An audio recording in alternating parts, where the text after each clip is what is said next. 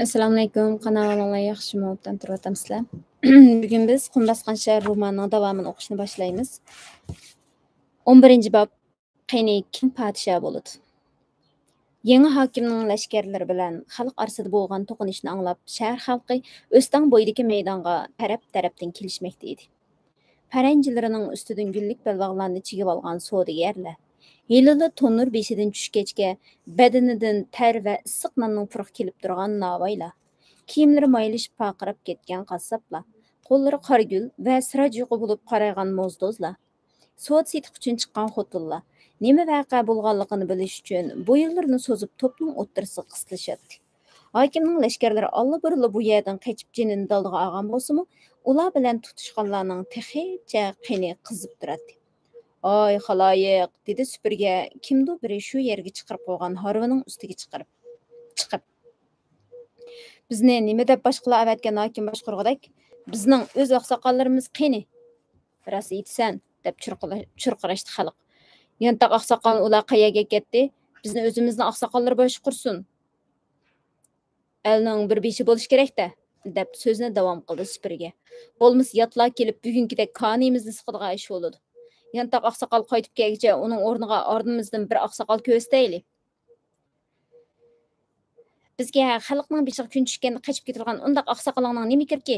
Deb supurgining yoniga sakrab chiqdi, ovozlari gurildab chiqadigan yosh bir yigit. Bizningmi boshqalarninkidek o'z podshoyimiz bo'lish kerak.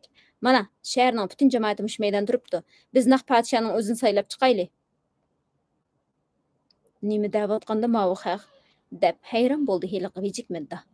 U texicha boya hokim kelib siqqan bo'ynini siylab turadi. Men o'qigan jangnomalardan qaraganda podsholar deganning o'ziga yarasha o'rda saroylari bo'lish kerak-da.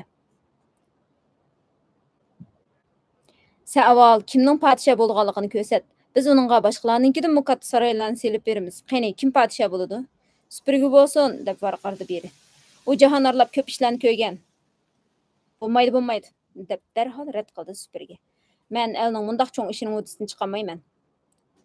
O rostini aytdi, dedi bir mo'ysipit.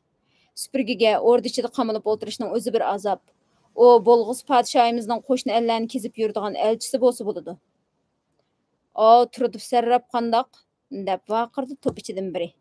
O'zi shahrimizga eng cho'ng boylarning biri.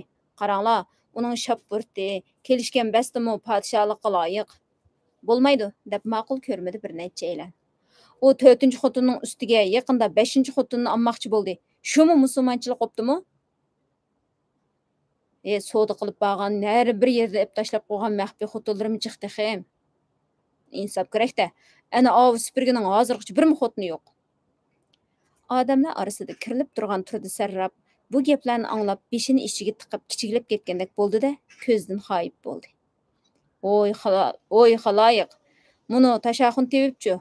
O har qanday kishining kesilini topa oladi. Biz shifoxona ochmaymiz-da, dedi zardi bilan biri.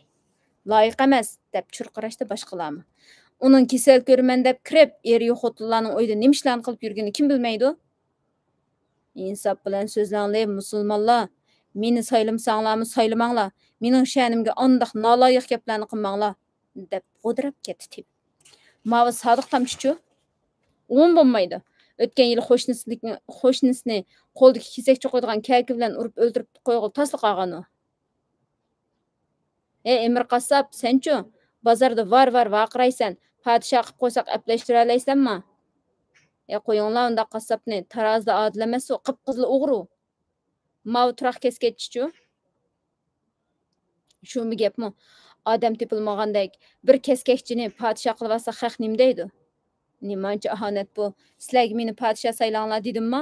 Keskakchilik shuncha yomon ishmikan? Men sunnatni ado qilib qo'ymagan bo'lsam, meliqi bir nimalaringni deb tirikkinidan og'zidan afsona gaplarni chiqarib qoldi keskakchi.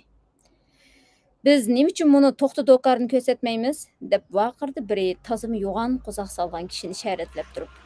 Mollarni aznilg'il to'p sotadigan noyitim oqko'nglardan podsho bo'lishga toza bo'p keldi. To'xta do'karg'u yaxshi adam, biroq bir qayta masjidda ishtini tizg'ichi serilib tushib ketib, jamoat oldida rasvo o'g'an.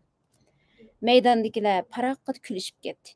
Xalq barg'an siri chuvuldishib, tartib buzilishga boshladi. Kimlardir bir-birlari bilan podsho nomzodi ustida gap talashadi. ba'zilar tiliqib kulib bu ishni chaqchaqqa aylantiradi. Uyatcharıq kişiler mening ismim atılıp qolmaskan deb qo'rinib o'zini daldiga oladi. Shohliqdan tamari bala xalqning ko'ziga tushish uchun atay ovozini chiqarib so'zlab, ha deb atrof qarab bo'yinda aytdi. Agar o'zining emas, boshqalarning nomi atılib qolgandek bo'lsa, darhol uning ustidan gap tepishadi. Dunyoda nuqsonsiz kim bor? Xudo beg'amlar shahriga podsho bo'lishga osmondan farishtin tushirib bermaydi-da. Hay xaloyiq, tinchlaninglar, deb varqirdi supurgi. Eyibsiz odam izlaydigan bo'lsak, ana av cho'konning qo'lidagi balini saylamaylimi? Dedi u to'pning ichida turgan bir ayolning qo'lidagi buvoqni ko'zdi. Balaning onasi gapning kim ustida ketib borganini anqirolmay, kim gap qilsa shuning og'ziga qarab turadi. Podshohlik odamsan, u tex buvoq-ku, deb hayron bo'ldi odamlar. Ha, shu buvoqni deyman. Qani kim o'zini men ashu buvoqdan pokman deya olsa, o'tirg'i chiqsin. Maydonni birdilla jimjitlik bosdi. Shu topda har kim o'zining fazilati ustida o'ylanib qoldi. Poklikda hech kim o'zini texi ona ustini emayotgan sabiy balga tanglashtira olmaydi. To'g'ri aytding, deb varqirdi biri ovozni bo'lishib qo'yib etib. Podshohlikqa ashu narasidan ortiq odam yo'q. Qani singlim, balani menga ber. Ana o'zini o'ngshab bo'g'icha odamlar uning qo'lidan yo'gaklik buvoqni ilishdi-da, cho'qon suran ichida beshida ko'tarib ketishdi. Ay, to'xtanglar, deb kishilarning orqasini yuguraydi cho'qon. Uni nima qilmoqchisizlar? Nega opirsizlar? Balani yana men imitib cho'ng qilishim kerak-ku? Dadasi nima deydi? Supurga bo'layotgan ishlarga hayron bo'lganicha harv ustida yolg'iz qoldi. U o'zining ta'ni bilan aytgan, agar nuqsonsiz odamni izlaydigan bo'lsak, o'sha podshoh, o'sha buvoqni podshoh qilsak bo'ladi shu degan ma'nodagi so'zidan mundaq natija kelib chiqdig'ini zodla o'ylab boqmagan edi. Hey, nima gap bo'lib ketdi? Deb pichirlaydi u o'z-o'ziga. Men nimishqa turib qilayotgan ishimdan ozadigan bo'lib qoldim. Bu qiyirliqning alomatimi nima? Nima deb shu podshohni buvoqni podshoh bo'lsin dedim. Bu buvoq ko'zimga qandoq tushib qoldi? Buvoq ko'targan cho'kan to'pning ichiga nerdan paydo bo'lib qoldi? Ya Alloh. Bu oyliq quyosh shoyining shahardan chiqib kelayotganimda men uchirgan olbos cho'kan emasdir. Tova, shuncha ellarni kezibmi bugünkidek g'alit saylamni ko'rib boqmabdi ekanman. Bu bab nishada tugidi.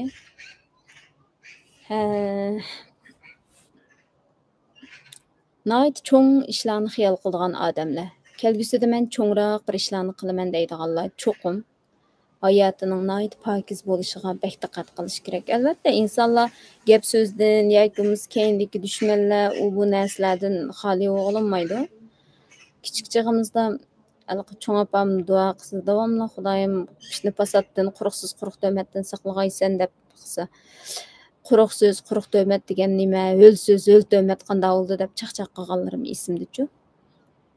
Demakchi o'g'limda bir kunlar kelib, qandoq bir fursatlarning qo'liga kelib, qandoq maqomlarda, martabalarda bo'ladiganini hech kim bilmaydi. Shuningdek, hayotida haqiqatan inson pokiz yashash kerak. Odamnikini qabul qilish kerak albatta. Ya'ni hech qanday mantiqsiz, faqat oddiy tafakkur bilan oddiy yashab qolgan xalqniki saylami bugungi bobda so'zlangan. Davomini davomli o'qiymiz. Allohga omonat.